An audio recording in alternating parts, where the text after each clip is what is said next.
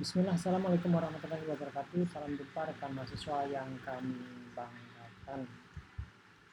Baik, pada kesempatan kali ini kita jumpa di sesi kedua. Sesi kedua, kita pertemuan kedua mata kuliah pemasaran jasa. Adapun pada sesi kedua ini kita akan membahas modul 2 terkait perilaku konsumen dan pemosisian jasa.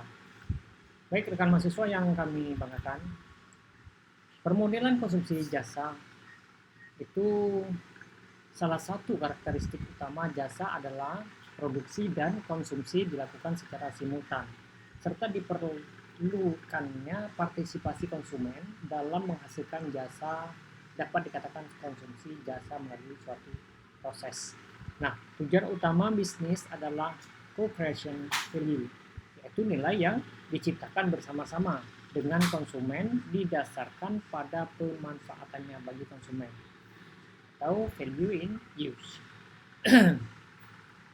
Dari sisi perilaku konsumen, ya, Lovelock dan Reeve menjelaskan tahapan proses konsumsi jasa yang dilakukan konsumen pada saat membutuhkan jasa, ya, yaitu pra pembelian atau pre-purchase, penyampaian jasa, dan pasca penyampaian jasa. Nah, ini permodelan konsumsi jasa. Tahapan pra pembelian merupakan tahap awal.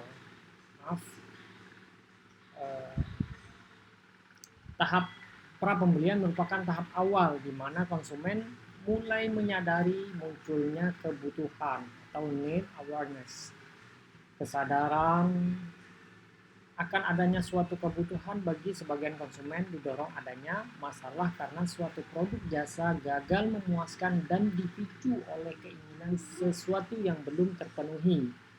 Tahapan penyampaian jasa. Pada tahapan ini konsumen berinteraksi secara langsung dengan penyedia jasa. Tahapan ini biasanya dimulai dengan melakukan pemesanan dan reservasi. Tahapan pasca penyampaian jasa. Tahap ini adalah tahap akhir dari proses konsumsi jasa. Pada tahapan ini konsumen akan menilai dan mengevaluasi jasa layanan yang telah diberikan penyedia jasa dan dapat dijadikan pertimbangan. Apakah akan terus menggunakan jasa di masa mendatang? Ini sebagai penentu. Jadi rekan mahasiswa terkait dengan pemosisian dan diferensiasi jasa, menurut terkait dengan position jasa itu sendiri, menurut Alreef dan Thorpe, positioning bukan sesuatu yang Anda lakukan terhadap produk, tetapi sesuatu yang Anda lakukan terhadap otak pelanggan. Positioning adalah apa yang Anda lakukan terhadap pikiran seseorang.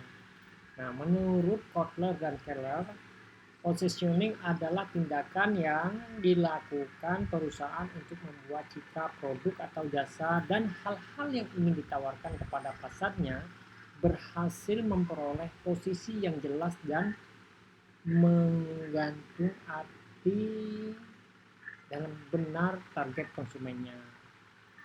Nah, ini terkait dengan positioning jasa.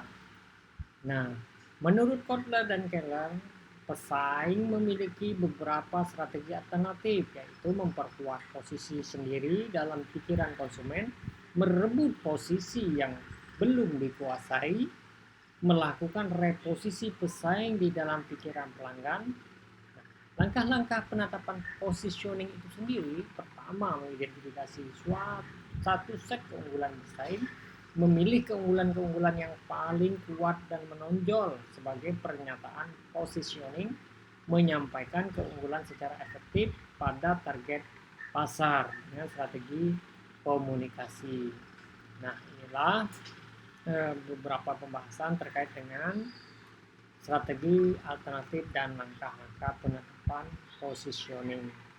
Nah, sementara diferensiasi jasa itu sendiri, IBES menyatakan bahwa produk service, and brand image difference that are meaningful to target customer and differentially superior to those competitor offer the potential to create a more attractive product position.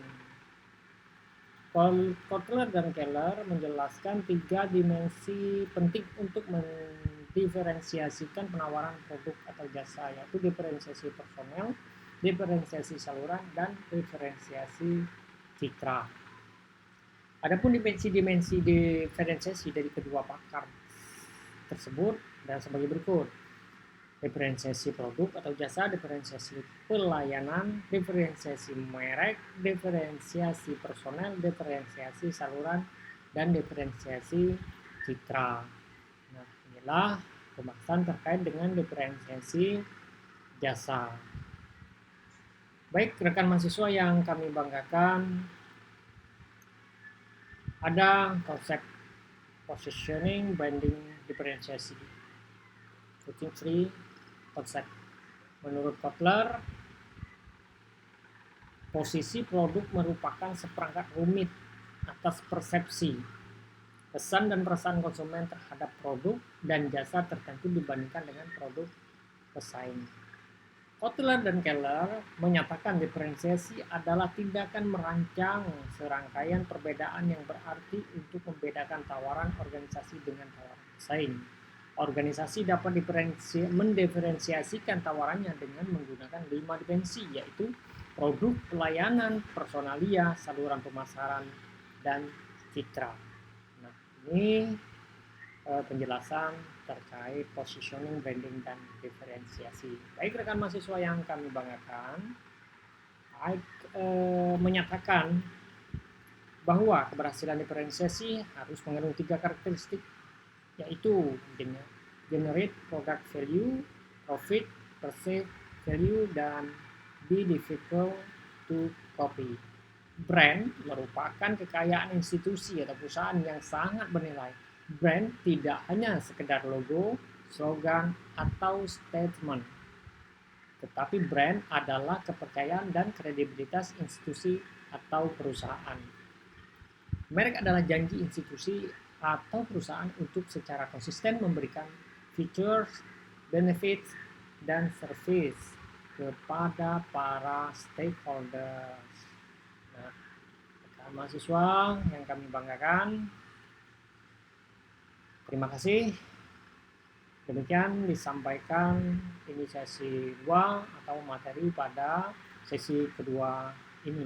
Silakan rekan-rekan mahasiswa mengunjungi forum diskusi dan menyelesaikan merespon diskusi.